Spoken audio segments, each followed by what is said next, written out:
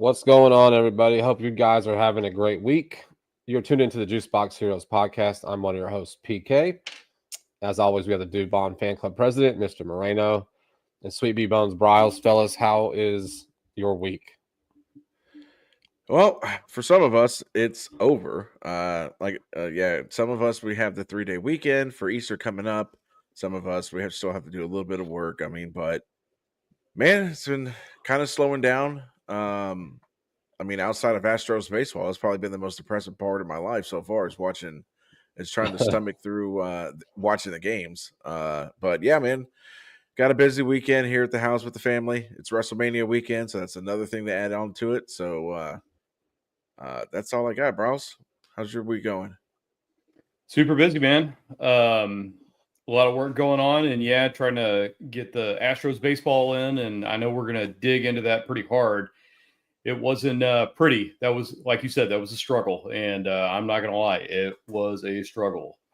So obviously, we're going to get into it. And I got a lot to say. But PK, how was your week? My week was good. A little bit under the weather, so apologize for the nasally talk. Wednesday was pretty much down for the count. So just trying to get back into the swing of things. But all in all, other than being sick a little bit, good week. Ready to go enjoy this Easter weekend. Got a catfish and shrimp fry tomorrow night, crawfish boil on Saturday.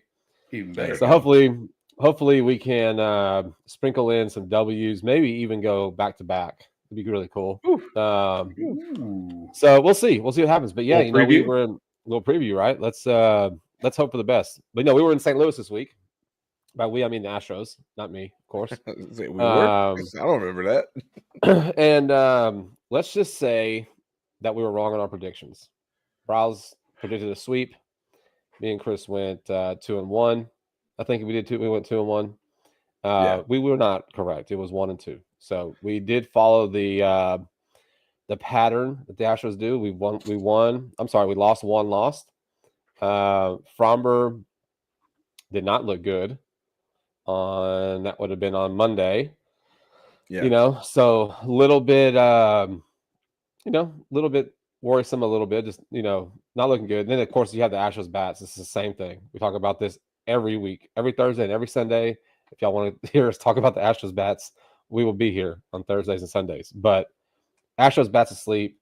I just don't know what to think anymore with the at bats. I mean, I really don't. And we'll get a little bit deeper into the series, but we'll just kind of touch on it real quick. Hunter Brown did Hunter Brown things on Tuesday, right? I mean, he did. I think he's got the lowest ERA in the big since last May. I think is what I read. And he did what we needed Framber to do on Monday, which was just go in there and be completely dominating. Now we almost kind of choked it away, we almost kind of choked the start away, but we did get the W with him. He is looking fantastic. He's actually setting himself up for a big payday, which, that's something we can talk about in the future. And then we follow up that with, what was that, Wednesday with, a beating by like the 4th or 5th inning. So I want to get you guys' thoughts on the series, on the at-bats, and then we'll dive right into our little topics for the evening. Yeah, man, it was pretty rough, man. I think for the most part you nailed it. I mean, Framber looked like complete ass on, what was that, Monday? Yeah. Excuse me, Monday. I don't know why we can't string 2 consecutive consistent games. I really don't. But again, the offense, I'm at the point, I've always been an advocate for. You could be both sides of the spectrum. It's early and heads need to start rolling. But this isn't like some team that finished last season hot and then started off the season hot. Then we're in a little bit of a slump. This team, all the issues that we're talking about now are the same exact issues that we talked about last season, are the same exact reasons why this team's got their asses bounced in the first round of the playoffs.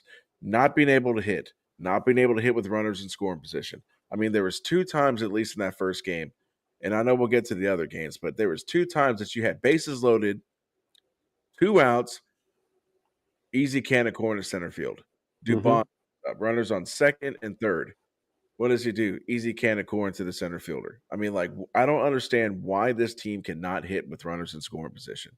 And it's just like this at the point where, like, unless you're Altuve and a sprinkle here and there of Pena and Isak Paredes, everybody else is looking like complete trash. And I'm sorry to be negative, but it is what it is. I mean, like I said, it has become a chore to watch this offense. You get into Hunter. Thank God Hunter Brown. Yeah. And right now Wisniewski are right now our 2 best pitchers in this rotation. Thank God they were able to get him a W because he pitched his ass off.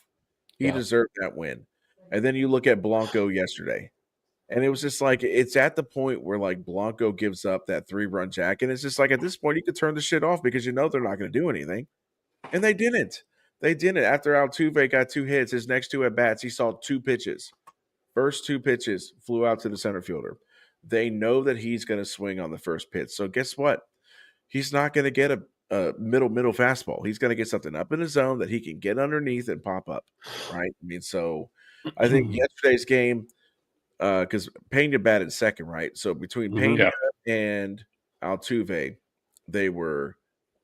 I think they were like 3 for 8. And then the entire rest of the lineup yesterday was 1 for 23 with like 12 strikeouts. And it's just like, yeah, it's not what you want. It's frustrating to watch because it's like you want to hang on some type of hope. You want to hang on something like, hey, something's going to come up. But if you look down in AAA, Jacob Melton just came off the IL. So he's just now playing for Sugarland. There is no, like I said, Cam Smith's already here, so there is no like offensive player that's coming up through the ranks. I don't think Bryce Matthews ready. So, and again, so I'm at the point right now, like this is a rollover from what we saw last year. And I'm at the damn point where I'm about to say, I think Cintron, these guys need a new voice. And I understand the guys could still have to go and execute. But a voice has to get you, got to lead you in the right way. All I'm going to say is this, and I'll hand it over to Bryles, and PK, you can go as well. The last 3 years, what was Bregman known for at the beginning of the season? Slow starts. Slow starts. What is he doing in Boston this season? Completely mashing. He's killing the ball. So what is the difference? Same player. We used to give him crap the last 3 seasons about him being pop-up Bregman. Well, he's been replaced by pop-up Walker. If Walker's not walking, he's striking or popping out. So what is the difference between 2024 Bregman starting in Houston, like 1 for 107, and then he goes to Boston and now he's ranking? It's got to be something. And I think we're getting to that point where you're going to need a new voice at hitting coach. And that's just me. Browse, take over. Well, I know it ain't the clam chowder or the Sam Adams, but other than that, I don't know how he got in Boston and figured it out, at least for the beginning of the season. Anyway, I'm gonna start on my not so hot take that you guys have already touched on. Hunter Brown's our ace, and I think he proved it this last series. I mean, he looked absolutely fantastic, and he looked like the only fantastic option in our rotation now. And yes, I understand that Wisniewski, he still has a little something to prove. Don't get me wrong. He looks good so far, but he's not in the circle of trust quite yet.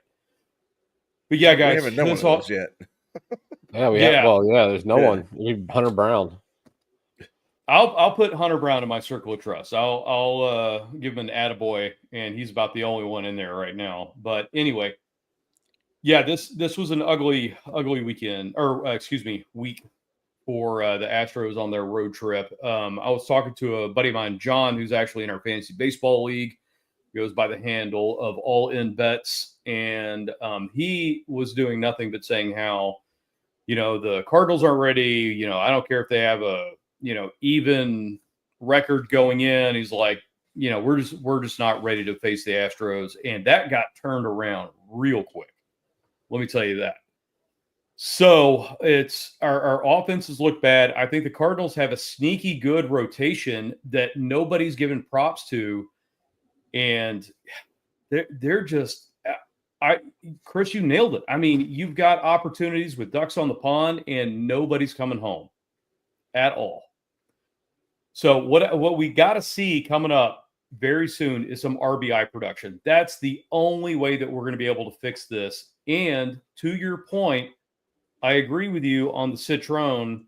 Like maybe we need to change the batting coach. There's not that spark like we had when we had the slow start last time when they brought up Loperfido when he was on fire. It's like, did Loperfido set the team on fire or actually have all that great of an offensive production? He really didn't. But the one thing he did was bring energy to the club. So listen, if we don't replace the batting coach and get rid of Centrone with somebody else, if we don't get some fresh blood coming up from AAA, which Chris, you also touched on, sounds like that's not going to happen anytime soon. We don't have that party starter in the clubhouse anymore. There's no Springer anymore. There's no Bregman anymore.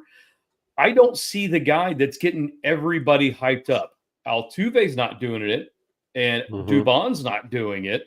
So who's the party starter on this club that's actually going to get everybody hyped up? I want to see doubles getting hit.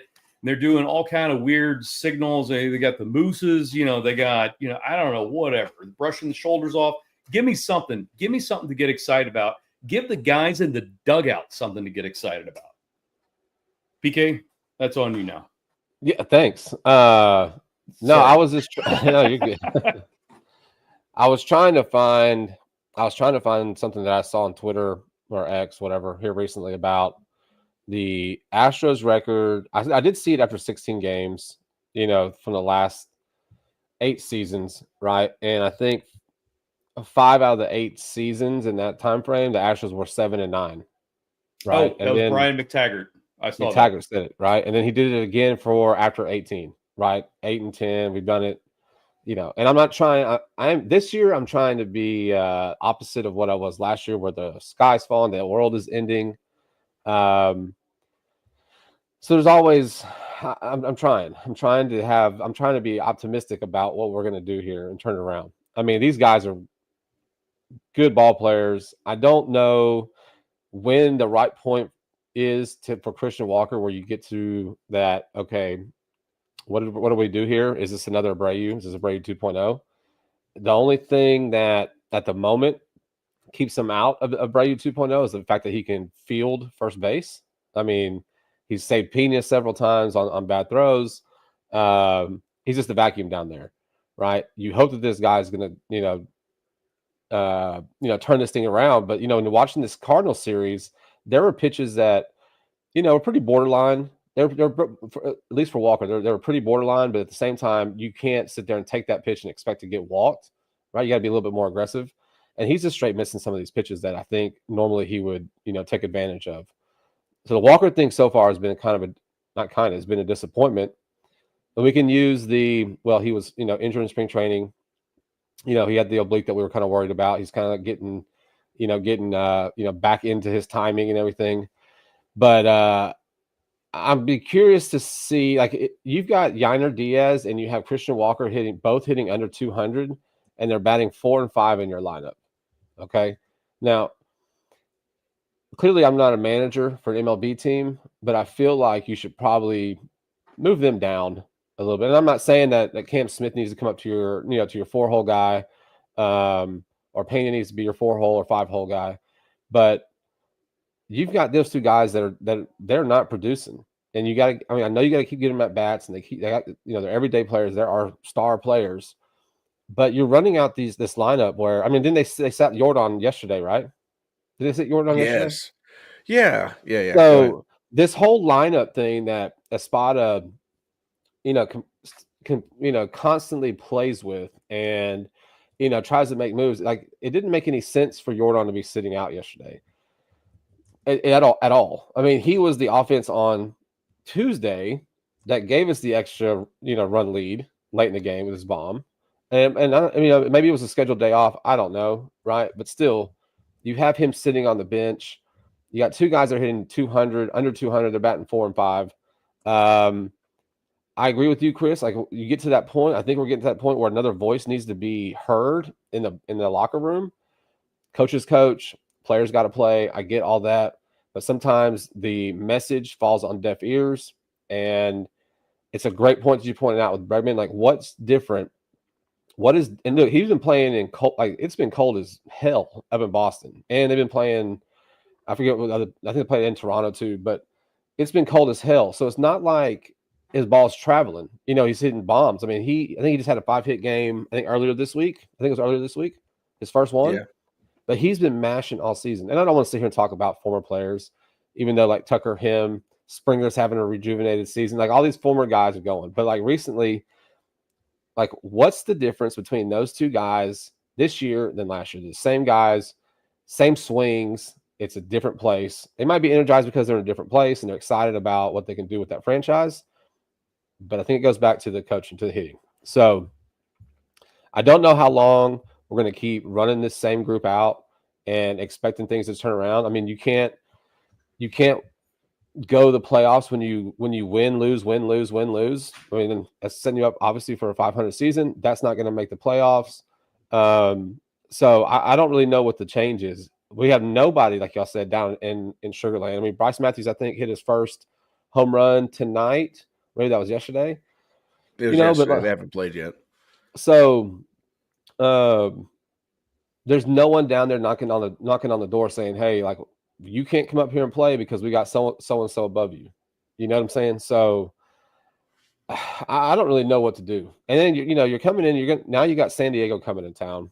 They're 15-4, right? Like their whole lineup mashes, right? They just got done playing the Cubs, where they've lost. I just looked it up a minute ago. Their last 5 games, they've won 4 of the last 5, and their loss was a 2-1 game on the 15th to the Cubs. So it doesn't get any easier for us coming up. And I'm not saying we need to have, like, what we need is another Mexico City series against Colorado is what we need.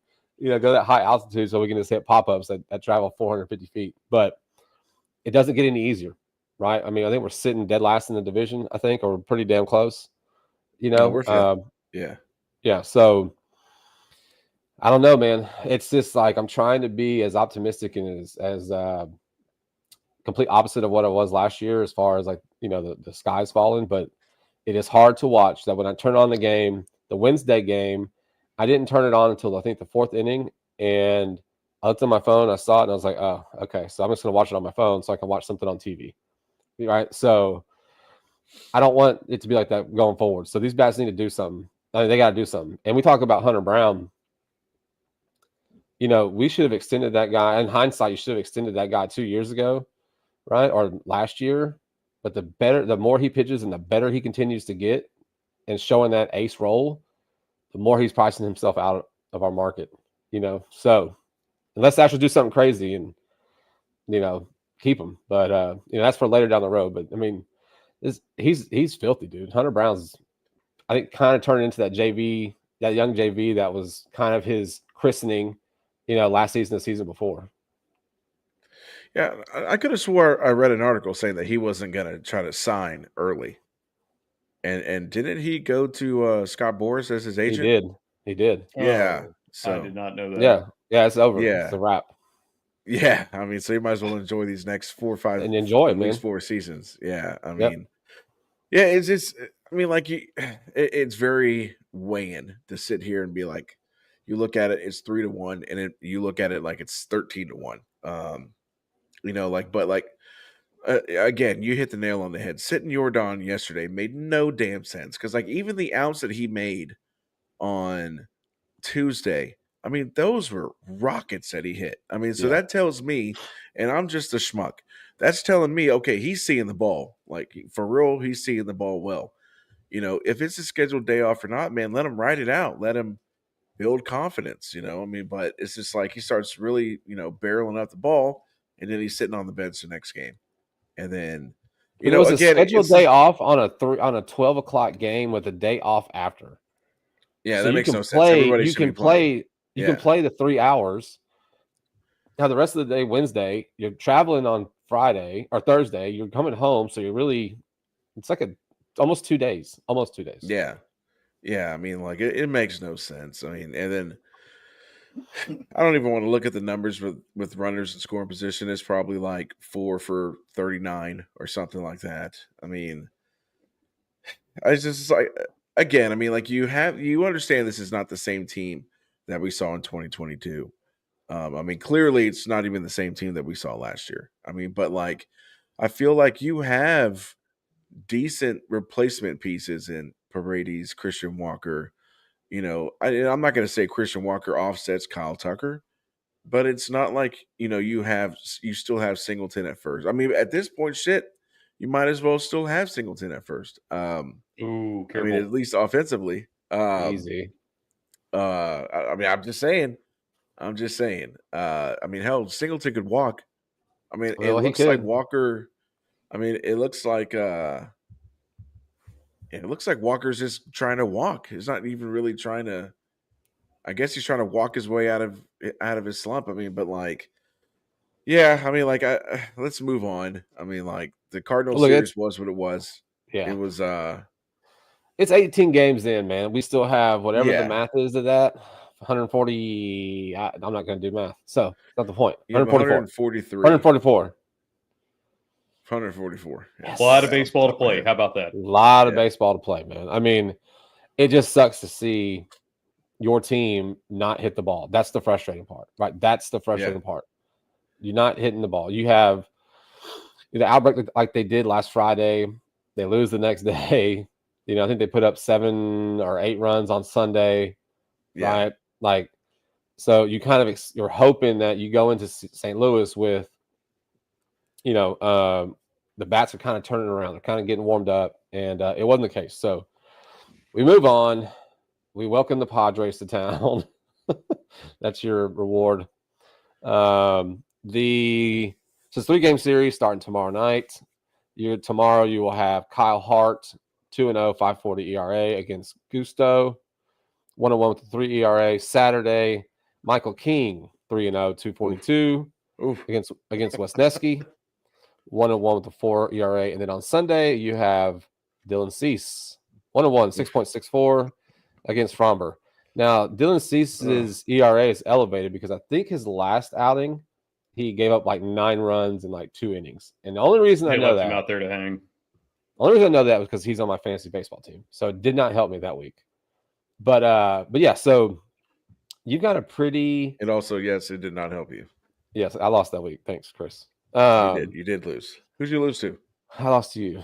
There you go. I like it. So the pitching, the pitching probables, which is not really probables anymore. It's pretty much it for the Padres. It's going to be tough, man. It's going to be tough. So, Gusto went 4. I think he went 4 innings his first outing. All right, 4 1/3, 4 2/3, something like that. So you kind of expect him to increase his pitch count. I'm pretty sure he was on a pitch count for his first start. So I would assume that his pitch count is going to go up, but you need the bats to wake up at home, man. I mean, it's you could easily get swept out of this series, easily. Oh, absolutely. I mean, Michael King and Dylan Cease back to back 8 is no joke. No joke, especially when you don't know which Framber you're going to get. Are we doing predictions now, or are we kind of pushing that towards the end? We'll do it in a few minutes. We can do it now. Okay, go ahead. I mean, I'm going to go. I'm going to go 1-2 Padres. That's what I'm going. I just think that. What game are we winning? We're going to win tomorrow night's game. Okay. I think Gusto will do 4, maybe give up 2, or maybe he goes 5, gives up 2. And then I just don't see it. Dude, Michael King's a gangster. Like, I feel like Wisniewski's going to pitch well, but he's going to lose like 3-1. I think it's going to be 3-1, maybe 4-1. I just don't see that offense. Like as of right now, I just don't see it. A little piece of fantasy advice: if you have any Astro that's not Altuve, don't start him. That's basically where I'm at right now. And then Sunday, you get Framber against Dylan Cease. I mean, we saw what Dylan Cease did to the Astros last season. carved him up. I'll take my chances with Dylan Cease and the offense that San Diego has over Framber. I feel like even if Framber does have a normal Framber game, are we going to give him 3 to 4 runs to cover that? I doubt it. So I'm going to go 2-1 San Diego. Okay. All right. Well, you're not wrong on that. I'm probably right there with you. I think Wisniewski can pitch a pretty good game on Saturday. It's we haven't seen anything from him that wouldn't say that he won't. But yeah, that's a very tough matchup, man. Michael King. I remember when he started, a while back in the AL East. He actually looked okay, but okay was about as good as he got, and he has figured it out. So when maybe it was the move to the West Coast, I don't know, but whatever that is, yeah, he looks like a beast right now. The Padres as a whole, I mean, if you look at their lineup, there is not an empty spot on that lineup where you get a breather. Mm-hmm. So I'm hoping we scratch out one win. How about that? So I'll go 1-2 as well. I'm not going to pick the game that we're going to win. I think we're going to have to wait on the Padres to screw something up, honestly, between Friday, Saturday, and Sunday for us to actually go out and get a win. And I'm really hoping that we don't do like what we did last week, which was whatever game we win, we end up winning like 10 plus runs to 1. And then leave that all the rest of the offense, on that one game, and then just do nothing for the next 2. So I really hate to say this, guys, but it's 1-2. I mean, Padres are one of the hottest teams in baseball right now. Their offense is clicking. Their defense is clicking. These guys actually look like they have a really good pitching rotation, which wasn't going to be the case with the injuries they had. They were really counting on Yu Darvish. He's clearly not been, a factor at all. But, man, I don't know. 1-2. I'll leave it at that. All right. And I have Dylan Cease on my fantasy team, so I do too, but I'm going to go a little bit different. So since I chose 2-1 against the Cardinals and we went 1-2, I will go 2-1 Houston in this 3-game set. Sunday's game is on ESPN, so I'm going to take that Sunday game as a dub. Nice. was going to say Framber's just going to show up for that game. I think I'll take the Saturday game with Wisniewski, and then we'll lose tomorrow night. So I'll go 2-1 Saturday, Sunday dubs, and they get their first back-to-back wins of the season. And they're going to get back-to-back wins against Michael King and Dylan Cease. Yes, that they are. That's how the season's going. That's how this. Listen, man. All right, that's how it's going to happen. That's what you're probably. What's probably going to happen since we're all over here down in the dumps. Andrew will be right, and they'll end up sweeping the Padres. Right. And we'll be sitting here like, all right, we're back, and then they'll go back to go win one, lose one, win one, lose one. Well, tell Andrew to send out the knee breakers to whatever hotel the Padres are staying in. Yeah. So, I'm going to change it up, man. I'm going to go opposite of what I actually think and say. And then so that's my prediction. So tomorrow night's game's on Space City Network. Saturday is Space City FS1. Sunday is on ESPN, just in case y'all were curious. So super curious. Late time, 6:10 on Sunday. Not an afternoon game, obviously. So 8:30 on the MLB .TV package. You got Space Cowboys against the El Paso Las Vegas Aviators. That game will be taken off in about 35 minutes. So it's already on there. I'm watching the big inning right now. I love that channel. Yeah. It's so freaking awesome. So there you go. Well, I think that pretty much covers it for this episode of the Juice Box Heroes. We will be back Sunday. I guess we'll be back Sunday during the game. Maybe. Not all at once. We'll see. We'll let everybody know. Just make sure you follow us on Twitter. Make sure you follow us on Twitter at Juicebox Heroes. We're on, what else are we on? We are on Facebook. Yes, we'll be on. Heroes, we'll be on. And on Instagram at Juicebox Heroes. So, thank you all for listening. Hope you guys had a great week. Have a happy Easter. Eat a bunch of crawfish on Good Friday like you always should. I'm PK. That's Chris. And that's Bryles. And this is the Juicebox Heroes. Happy Easter, everybody. Happy Easter, man. We can do Sunday. I may be a little incoherent. No, that would make it more fun. There you go. We'll probably So that's the ESPN that'll be game. the night we get canceled. Yeah. Yeah. That's the ESPN.